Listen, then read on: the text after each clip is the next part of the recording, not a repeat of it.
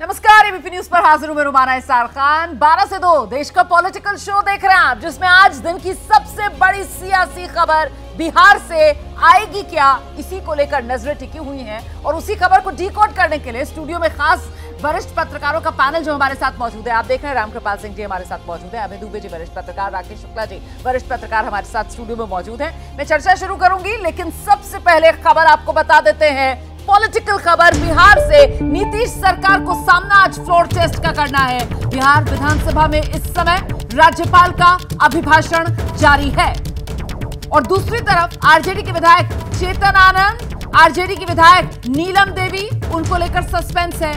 पहुंचे हैं या नहीं पहुंचे हैं विधानसभा के भीतर। आरजेडी कह रही है विधानसभा के भीतर तो पहुंचे हुए हैं, लेकिन उनको वहां सत्ता पक्ष के सचेतक के कमरे में बिठा रखा है जबरन। उधर दूसरी तरफ बीजेपी के एक विधायक हैं मिश्रीलाल यादव, उनकी गैर मौजूदगी को लेकर सवाल है। और जेडीयू के खाते से भी 2 विधायक हैं, जिसमें नाम डॉक्टर संजीव सिंह का और बीमा भारती का सामने आ रहा है कि वो कहां हैं। ऐसे में नीतीश कुमार विधानसभा में विश्वास मत पेश करने वाले हैं आज। अब नीतीश की अग्नि परीक्षा की घड़ी आ गई है।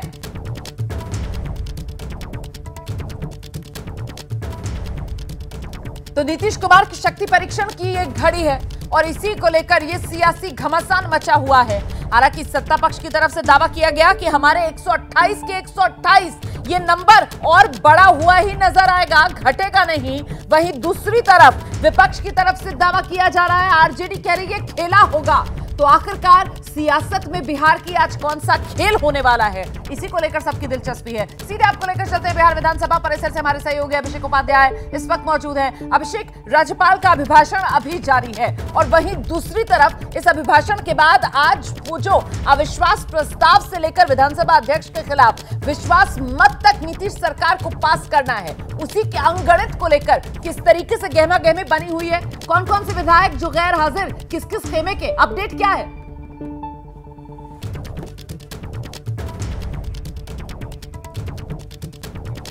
अभिषेक उपाध्याय से हमारा संपर्क नहीं हो पा रहा है। हमारे अन्य सहयोगी जिसमें प्रकाश कुमार, शशांक, सभी विधानसभा परिसर में मौजूद हैं, उनसे बात करने की कोशिश करेंगे। और इस सब के बीच जल्दी से एक क्विक रिएक्शन लेते हैं। स्टूडियो में हमारे साथ जो मेहमान मौजूद है, रामकृपाल जी, आपका आकलन क्या होने वाला है आज बिहार की सियासत में? मुझे तो लग रहा है कि नीतीश जी सफल होंगे, विश्वास मत हासिल कर लेंगे।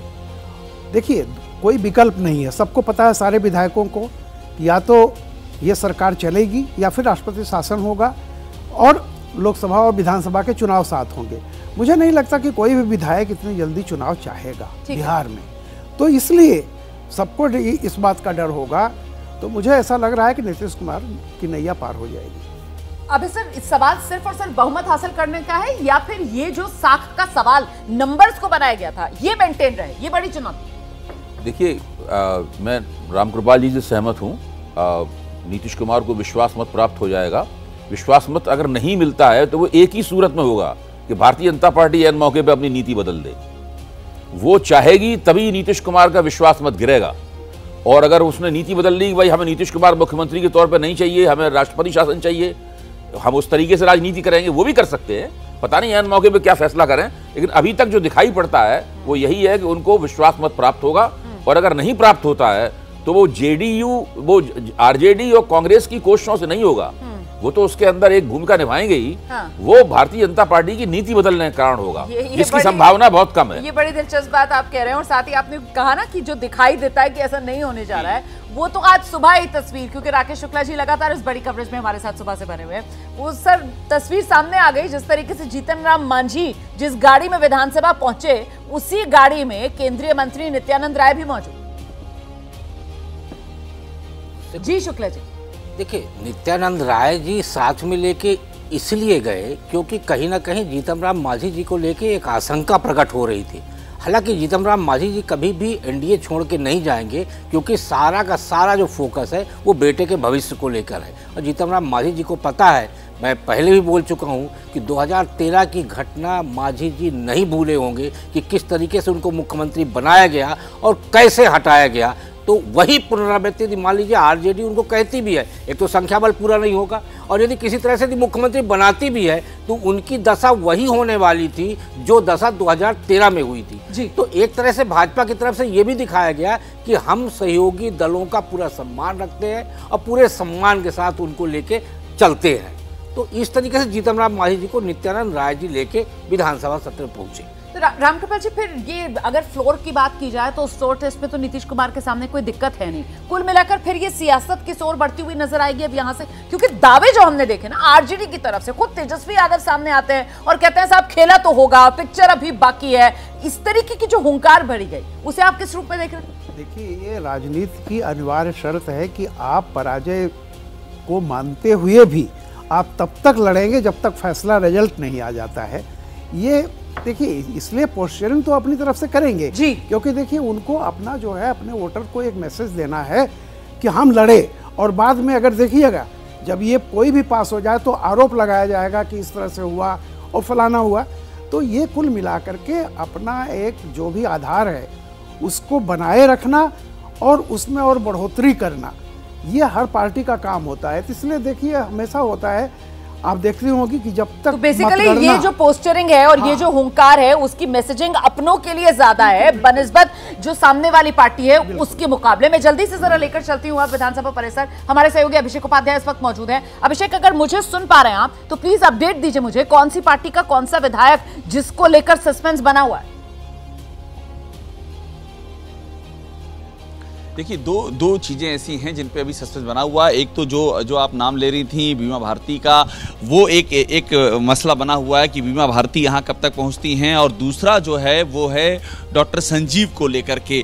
ये जो हैं जेडीयू के दो विधायक हैं, इनको लेकर के है। मिश्री लाल यादव जो बीजेपी के हैं, और मिश्री लाल यादव कंटिन्यू एब्सेंट हो रहे हैं, ना वो गया में आए ना वो भोज में आए और यहाँ भी नहीं। और आरजेडी की ओर से भी चेतन आनंद का और नीलम देवी का, जो कि आरजेडी के प्रवक्ता ने भी ये कह दिया कि इनको सचेतक के कमरे में, यानी कि वो हैं इसी परिसर में लेकिन उनको सदन में आने नहीं दिया जा रहा है। हमारी जानकारी ये कहती है कि दोनों विधायक हैं, इनसे पहले से बातचीत हो गई थी और इन दोनों ही आने वाली स्थितियों के मद्देनजर ये आरजेडी महागठबंधन के खिलाफ जा सकते हैं, एब्सेंट भी रह सकते हैं। लेकिन फिलहाल इन तीनों ही पार्टियों में इस तरह के नाम सामने आ रहे हैं और उनको लेकर के अभिषेक उपाध्याय, एक सवाल और है। अभिषेक, एक सवाल और है। मिश्री लाल यादव की तो हम यहाँ पर बात कर ही रहे हैं, बीजेपी के कोटे के विधायक हैं, साथ ही साथ नाम भागीरथी देवी का भी सामने निकल कर आ रहा है। भागीरथी देवी वो यहाँ मौजूद हैं या वो भी गायब, उनको लेकर भी सस्पेंस? देखिए, भागीरथी देवी पद्मश्री हैं और वो नाराज चल रही हैं, ये भी एक ओपन सीक्रेट है।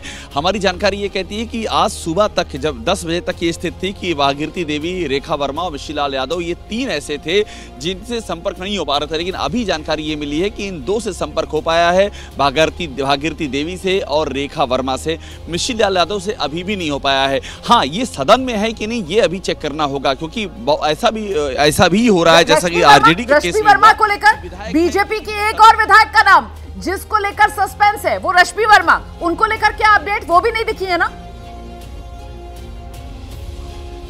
बिल्कुल, देखिए रश्मि वर्मा कैमरे में नहीं दिखी हैं, कैमरे में भागीरथी देवी भी नहीं दिखी हैं। बीजेपी सोर्सेज का दावा है कि वो संपर्क में है, लेकिन मैं वही आपसे कह रहा हूँ, संपर्क में होना, इस परिसर में होना और सदन में होना, ये तीनों अलग अलग बात हैं। सदन में वो ये बड़ी बात है जो अभिषेक उपाध्याय यहाँ पर कह रहे हैं, संपर्क में होना, सदन में होना, या फिर कहीं ना कहीं मौजूदगी होना ही नहीं विधानसभा में, इसको लेकर बड़ा सस्पेंस बना हुआ है। बीजेपी से वो कौन से नाम है? मिश्री लाल यादव का नाम है, रश्मि वर्मा का नाम है, और तीसरा नाम भी इसमें जोड़ लेना चाहिए, भागीरथी देवी का नाम है, जिसके बारे में अभी जानकारी दे रहे थे अभिषेक उपाध्याय। तो ये वो तीन चेहरे हैं जिनको लेकर सस्पेंस बना हुआ है। बीजेपी के ये तीनों विधायक हैं, पहुंचे हैं नहीं पहुंचे हैं, मौजूद हैं अगर तो किस खेमे के साथ है, इस तरीके के तमाम सवाल बीजेपी के तीन विधायकों के ये नाम सामने आ रहे हैं, मिश्री लाल यादव का, रश्मि वर्मा का, भागीरथी देवी का। जेडीयू के कोटे से दो विधायकों के नाम सामने आ रहे हैं, बीमा भारती का, डॉक्टर संजीव सिंह का। सस्पेंस बना हुआ है, पहुंचे हैं नहीं पहुंचे हैं, पहुंचे हैं तो किस खेमे में हैं। और इसी तरीके से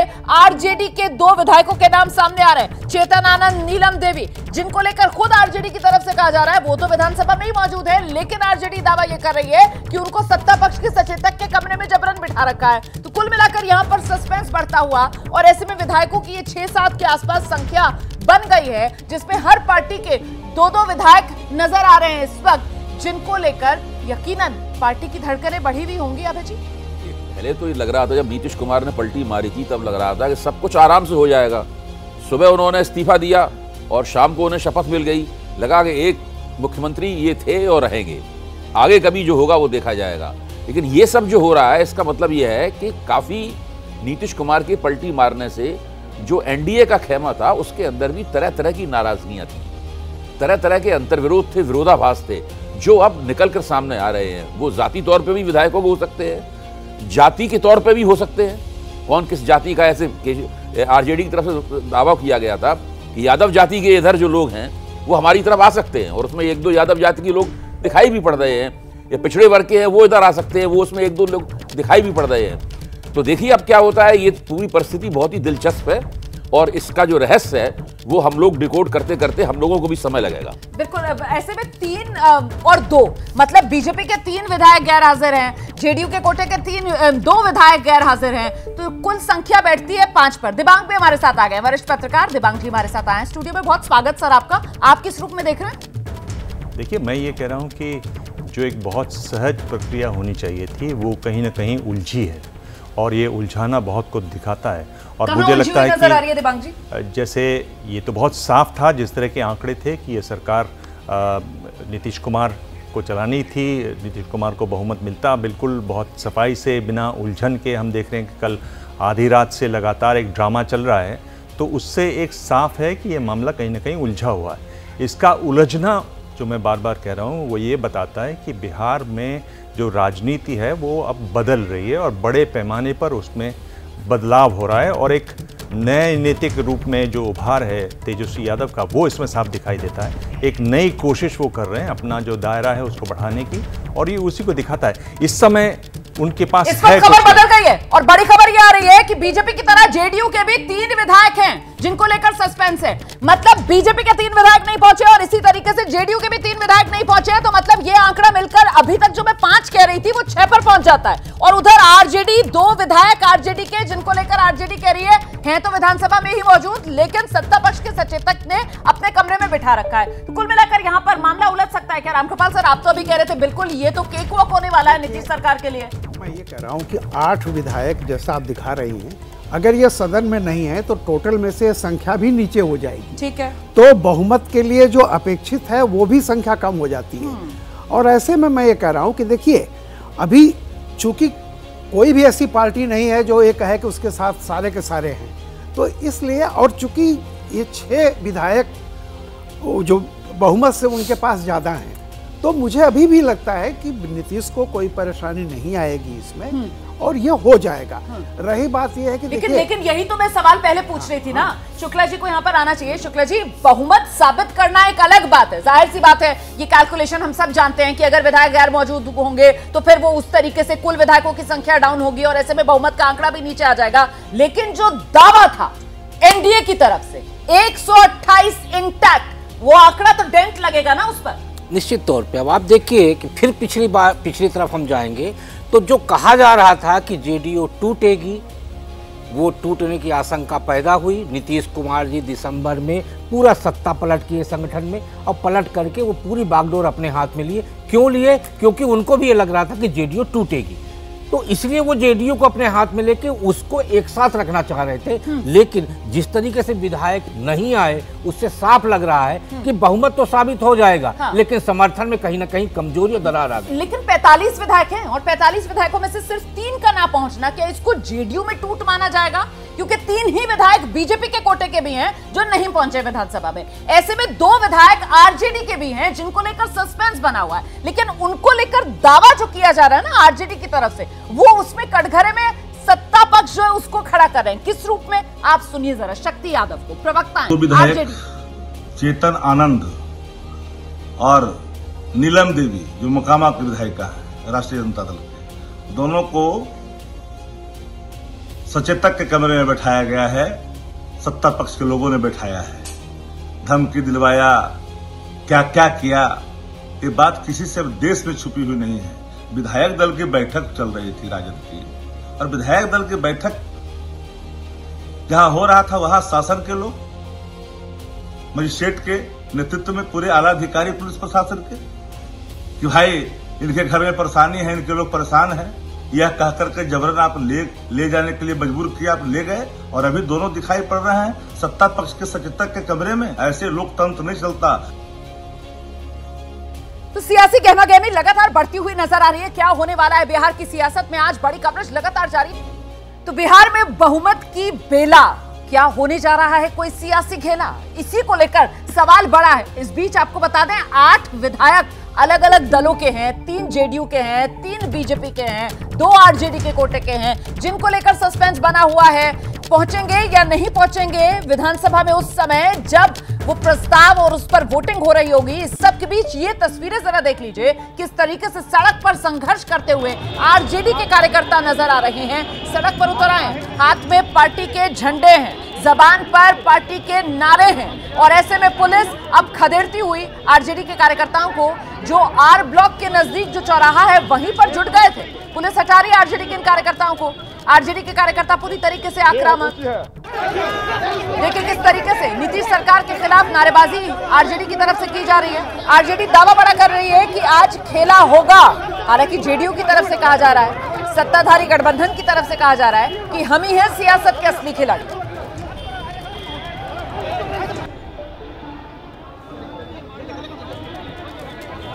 देश का पॉलिटिकल शो समय 12 से 2 आप देख रहे हैं, जहां आज हम बात कर रहे हैं बिहार की सियासत की, क्योंकि आज बिहार नीतीश सरकार का फ्लोर टेस्ट का दिन है। और इस बीच एक बहुत बड़ी खबर महाराष्ट्र से आ रही है। महाराष्ट्र के पूर्व मुख्यमंत्री, कांग्रेस के दिग्गज नेता अशोक चौहान जल्दी ही कांग्रेस छोड़ सकते हैं, यह खबर सामने आ रही है। अशोक चौहान का फोन जो है वो नॉट रीचेबल हो गया है। सूत्रों से पता चला है वो बीजेपी में जा सकते हैं। हम सीधे आपको लेकर चलते हैं, हमारे साथ हमारे सहयोगी गणेश ठाकुर इस वक्त मौजूद हैं। गणेश, अगर ऐसा होता है तो मतलब कांग्रेस के लिए ये बड़ा झटका, क्या कह रहे हैं सूत्र कांग्रेस के भीतर के? बिल्कुल बहुत बड़ा झटका होगा। आज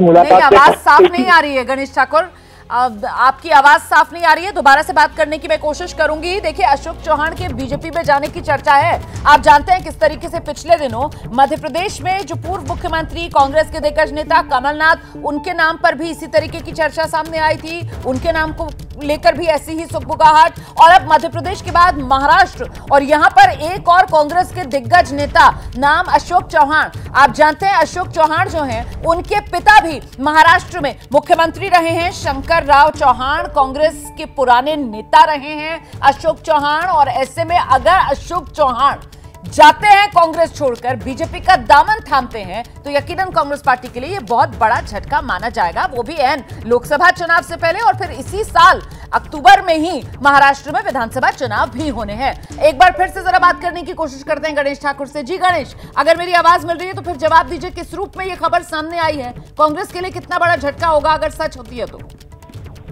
रोमाना, आज चौहान विधानसभा अध्यक्ष राहुल अम्बेडकर से उनके निवास स्थान पर बैठक की।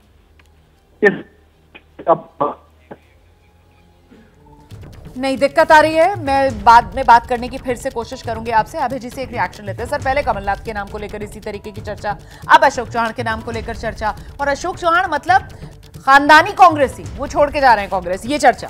एक बार फिर कांग्रेस जो है अस्तित्व के संकट का सामना कर रही है, और जो सब कुछ खड़गे के अध्यक्ष बनने के बाद लग रहा था कि धीरे धीरे कांग्रेस में चीज़ें ठीक हो रही हैं, फिर इस तरह की एक समझ बनी कि कांग्रेस विधानसभा चुनाव में अच्छा प्रदर्शन करेगी, तेलंगाना तो जीतेगी, 1-2 राज्य और जीत सकती है। लेकिन जब से कांग्रेस ने 3 विधानसभाओं के चुनाव हारे हैं, उसके बाद से उसका ग्राफ लगातार नीचे जा रहा है।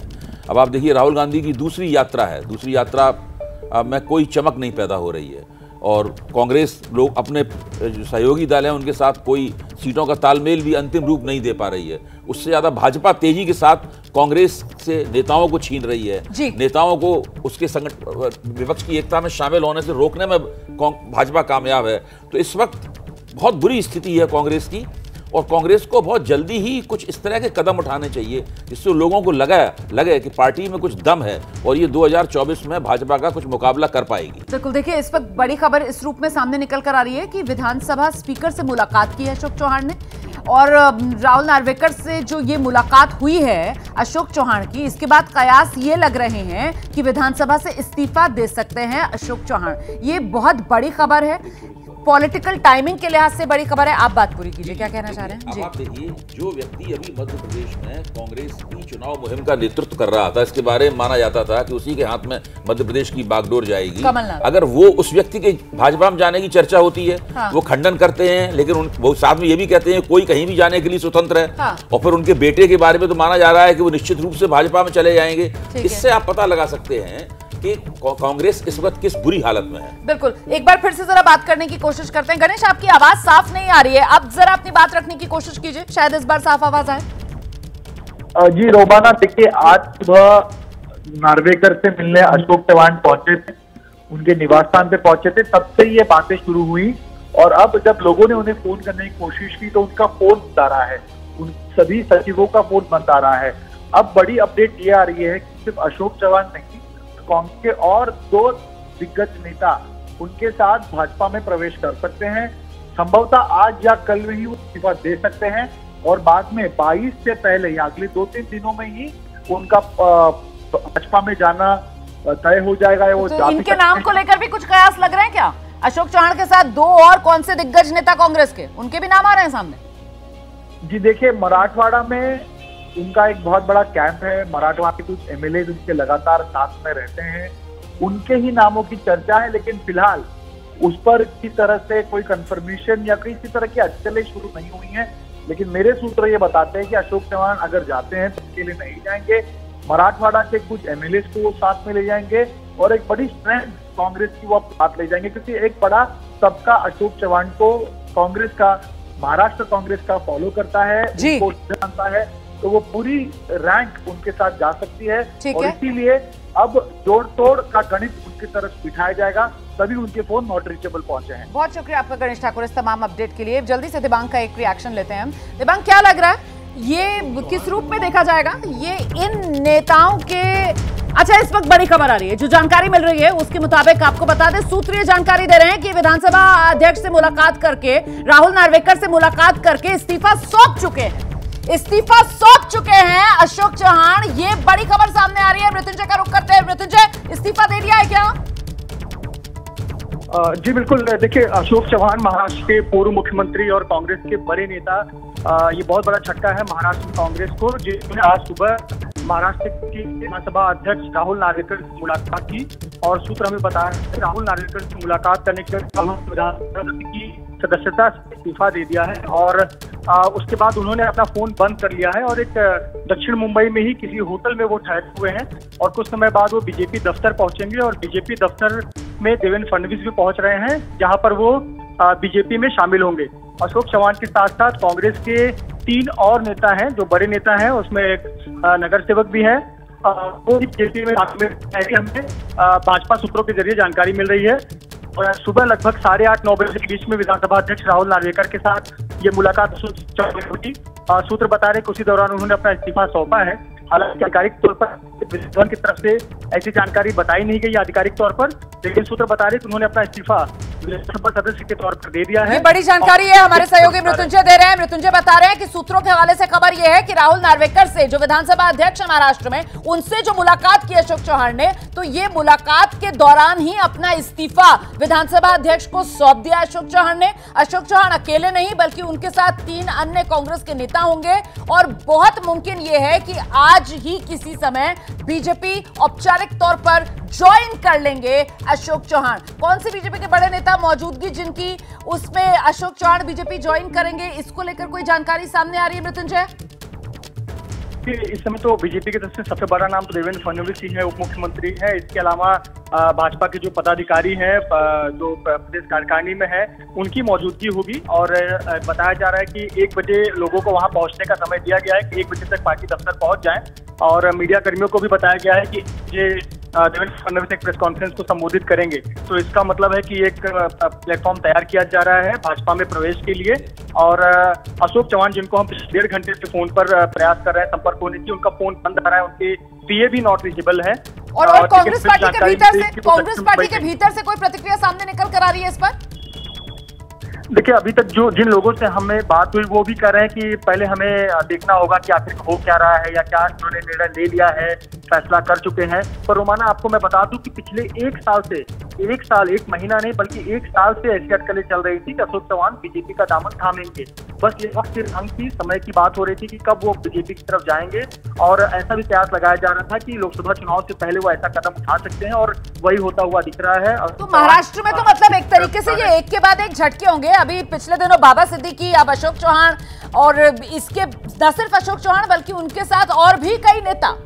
मृत्युंजय, बिल्कुल रोमाना, देखिए ये महाराष्ट्र के ऐसे नेता हैं जो जमीनी नेता माने जाते हैं। अशोक चौहान, जिनका बड़ा कद है, मुख्यमंत्री रह चुके हैं महाराष्ट्र के, इनका परिवार पूरी तरह से कांग्रेसी रहा है, इनके पिताजी कांग्रेसी रहे हैं, महाराष्ट्र के मुख्यमंत्री रहे हैं, इनकी पत्नी भी कांग्रेस की बड़ी नेता है, और ये अपने जनाधार रखने वाले नेता हैं। बाबा सिद्दीकी मुंबई में अपना एक पहचान रखते हैं, नाम रखते हैं बांद्रा इलाके में। उनके बेटे समय बांद्रा ईस्ट विधायक भी हैं, यूथ कांग्रेस के अध्यक्ष भी है। तो ऐसे नेता अगर कांग्रेस के दामन छोड़ रहे हैं तो ये कांग्रेस के लिए बहुत बड़ी चिंता की बात है, खास करके तब जब लोकसभा चुनाव सिर पर है और कांग्रेस पार्टी भारत जोड़ो यात्रा कर रही है और लोगों को जोड़ने का काम कर रही है, पर अपना कुनबा नहीं जोड़ पा रही है। सही बात है। इसी को लेकर अब यकीनन कांग्रेस जो है वो विपक्ष के निशाने पर आएगी, अपने राजनीतिक जो विरोधी हैं उनके निशाने पर आएगी। ऐसे में मेरा सवाल आपसे ये है मृत्युंजय कि इस कदम को अशोक चौहान के या फिर अन्य नेता भी कांग्रेस के जो छोड़ के कुनबे को जा रहे हैं, इन नेताओं की अवसरवादिता के तौर पर देखा जाएगा या फिर कांग्रेस के फेलियर और कांग्रेस की नाकामी के तौर पर ज्यादा देखा जाएगा? मृत्युंजय, देखिए, निश्चित तौर पर एक अवसरवाद तो राजनीति में हमेशा एक अवसरवाद एक मुद्दा होता ही है, और नेता कोई कदम उठाते हैं तो एक अवसर देखकर ही उठाते हैं। लेकिन कहीं न कहीं जो कांग्रेस के नेता है, बहुत सारे अंदर खाने ये बातें हमेशा कहते रहे हैं कि आगे महाराष्ट्र में कांग्रेस का आगे लीडरशिप या फिर नेतृत्व दिख रहा है, या फिर हम चौथी पार्टी से नंबर 1 पार्टी बने, ऐसी कोई स्थिति नहीं बन रही है। और दूसरा, जब से शिवसेना से गठबंधन हुआ है या एनडीए का गठबंधन हुआ है, तो इस पार्टी क्या 18 सीट पर लड़ेगी, 15 सीट पर लड़ेगी, ये भी बात सामने आती है। तो कहीं न कहीं नेता भी बहुत इनसिक्योर हो रहे हैं। उन्हें यह भी लगता है कि शिवसेना के साथ आने से जो शिवसेना के वोट है वो कांग्रेस को शायद ना मिले, और ऐसे पर हमारी स्थिति बहुत अच्छी नहीं होगी। तो कहीं न कहीं बीजेपी का जो चुनाव देखते हुए, और ये भी देख रहे हैं कि नांदेड़ इलाका जहाँ से अशोक चौहान का गढ़ माना जाता है, अगर उन्हें अथॉरिटी मिलती है कि नांदेड़ से वो लोकसभा चुनाव लड़ सकते हैं, तो ऐसा मौका कौन गंवाना चाहेगा। संभवतः यही अवसरवाद की राजनीति अशोक चौहान इस वक्त देखी है। बिल्कुल, रहिए मेरे साथ, लौटूंगी आपके पास। सीधे रुक करते हैं न्यूज रूम से, हमारे सहयोगी आशीष सिंह इस वक्त मौजूद हैं और जरा जानते हैं आशीष से क्या खबर सूत्रों के हवाले से कांग्रेस के भीतर से मिल रही है। आशीष, ये तो बड़ा झटका होगा कांग्रेस पार्टी के लिए जो होता हुआ नजर आ रहा है। सूत्रों के हवाले से छोड़ दिया है, रिजाइन कर दिया अशोक चौहान ने और आज ही बीजेपी ज्वाइन करने जा रहे हैं। देखिए, पहले मिलिंद देवड़ा और उसके बाद बाबा सिद्दीकी और उसके बाद अब अशोक चौहान, बहुत बड़ा झटका है। पूर्व मुख्यमंत्री बहुत ही शॉक्ड है कांग्रेस पार्टी की इतना बड़ा फैसला लिया है। मनाने में लोग लगे हुए थे, कई महीनों से रोमाना उनके बीजेपी के संपर्क में होने की खबरें आ रही थी, ये कयास लग रहे थे। मुझे याद है बीच में एक दफ़ा मैंने भी उनसे पूछा था कि क्या वो बीजेपी जा रहे हैं कुछ महीने पहले, तब उन्होंने इनकार किया था। बड़ी बात मैं आपको बता दूं, जो मुझे सोर्सेज बता रहे हैं कि उनको कहा जा रहा था, उन राहुल गांधी की तरफ से उनसे कहा जा रहा था कि वो लोकसभा का चुनाव लड़ें। वो लोकसभा का चुनाव नहीं लड़ना चाहते थे, जो मुझे टॉप सोर्सेज बता रहे हैं। उनको ऐसा लग रहा था कि भारतीय जनता पार्टी का इतना स्ट्रांग वेव है अभी, खास करके राम मंदिर के प्राण प्रतिष्ठा के बाद, कि ऐसे में लोकसभा चुनाव जीतना मुश्किल है। इस वजह से भी वो नाराज थे।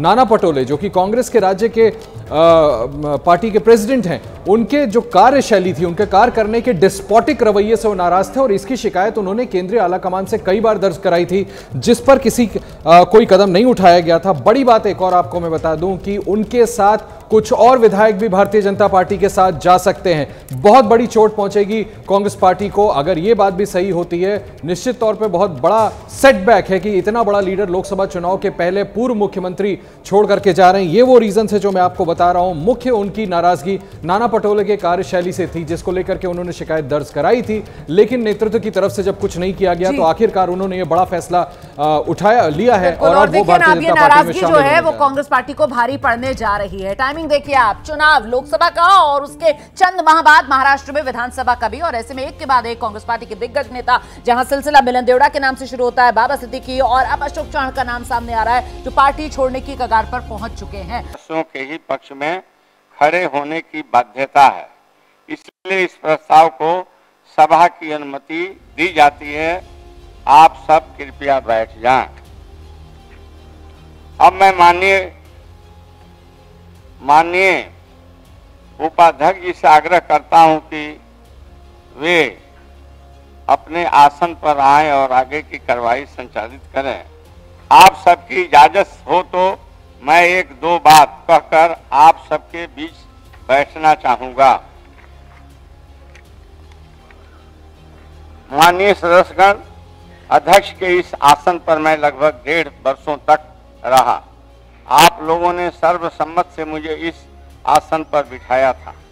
मैं इसके लिए पूर्व में रहे माननीय मुख्यमंत्री जी, माननीय उप मुख्यमंत्री जी एवं मंत्री परिषद के सभी सदस्यों के प्रति आभार व्यक्त करता हूं। मैं जिस दल से आता हूं उसके नेता आदरणीय लालू प्रसाद, अभी हटा मंत्री श्रीमती राबड़ी देवी के प्रति भी आभार व्यक्त करता हूं। साथ ही मैं सदन के सभी दलों के नेता और माननीय सदस्यों को हृदय से धन्यवाद देता हूं। अपने इस अल्प समय में मैंने माननीय सदस्यों के हितों के हमेशा संरक्षण किया और यह प्रयास किया कि माननीय सदस्य चाहें वह किसी भी दल के हों, उन्हें विधानसभा में कोई असुविधा न हो। माननीय सदस्यों को अपने क्षेत्र और जिला के प्रखंड समाहरणालय में बैठने का कोई स्थान नहीं है। पूर्व में सदन में लिए गए निर्णय का मैंने त्वरित कार्यान्वयन हेतु सरकार से आग्रह भी किया, पत्र भी लिखा। सरकार माननीय सदस्यों की मर्यादा और उनके प्रोटोकॉल के प्रति तो प्रतिबद्ध रहती ही है। मैं चाहूंगा कि सरकार इसे और गंभीरता से माननीय सदस्यों के मान सम्मान को रक्षा करने का कार्रवाई करेगी। मैंने आसन पर बतौर अध्यक्ष रहते हुए भारतीय संविधान, विधानसभा की प्रक्रिया तथा कार्य संचालन नियमावली में निहित नियम, प्रावधान तथा संसदीय परंपराओं के अनुरूप ही सदन का संचालन करने में अपनी भूमिका निभाई है। राजनीति तो आंकड़ों का खेल है। सभा आएगी, सत्ता आएगी, जाएगी। लोकतंत्र की इस मंदिर की सार्वभौमिकता और सम्मान सदा बरकरार रहेगा। कल जो था वो आज नहीं है, आज जो है वो कल नहीं रहेगा। मुझे आपसे सदन से निर्वाचित कर जो संसदीय दायित्व सौंपा था उसका मैंने पूरा निष्ठा, कर्तव्य, प्राणता और ईमानदारी से निर्वहन किया है। मैं सदन के सभी सदस्यों के सुखद जीवन की कामना करता हूं। मुझे ऐसा प्रतीत होता है कि मेरे विरुद्ध यह अविश्वास प्रस्ताव आना एक संसदीय प्रक्रिया का निर्वहन है। आप सब इसमें भाग ले रहे हैं। भारतीय संविधान के अनुच्छेद 179C में अध्यक्ष उपाध्यक्ष को पद से हटाने का प्रावधान है, जिसके अनुसार विधानसभा के तत्कालीन सदस्य समस्त सदस्यों के बहुमत से पारित संकल्प द्वारा अपने पद से हटाया जा सकेगा। वर्तमान में बिहार विधानसभा के सदस्यों की कुल संख्या 243 है। बहुमत हेतु 122 सदस्यों का विश्वास के पक्ष में मत होना चाहिए, तभी इसे स्वीकृत माना जाएगा। अब मैं आपके बीच आता हूं। माननीय उपाध्यक्ष जी अब सदन का संचालन करेंगे। बहुत बहुत धन्यवाद आप लोग।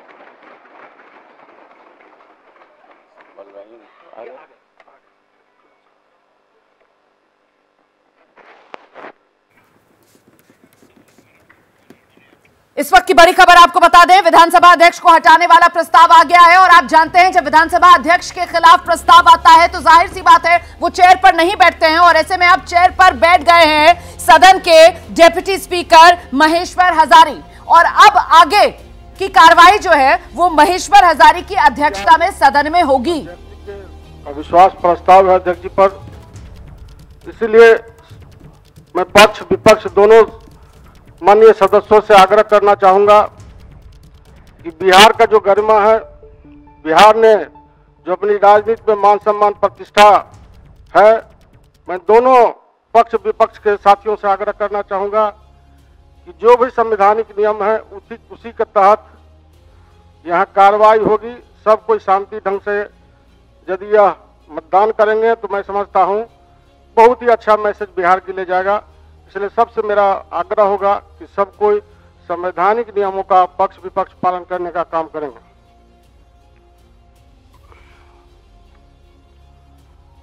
माननीय सदस्यगण, इस प्रस्तावित संकल्प के संबंध यदि कोई माननीय सदस्य अपना विचार प्रकट करना चाहें तो रख सकते हैं, अन्यथा मैं इसे सीधे सदन के समक्ष रखूंगा। अध्यक्ष महोदय, राजद की ओर से प्रोफेसर राममनु यादव जी के राममनु जी, माननीय सदस्य राममनु जी,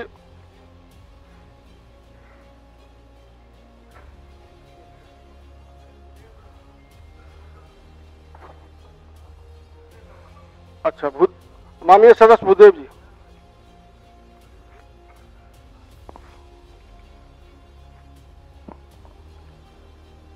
सम्मानित उपाध्यक्ष महोदय,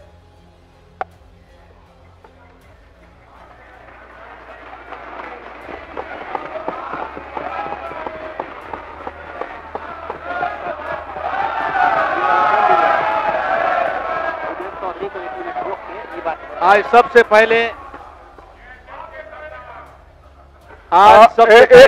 एक मिनट भूदेव जी। माननीय सदस्यगण, आज इस बिजनेस के बाद विश्वास प्रस्ताव पर भी विचार होना है तथा अन्य औपचारिक कार्य भी होने हैं। कृपया संक्षेप में अपनी बात रखेंगे।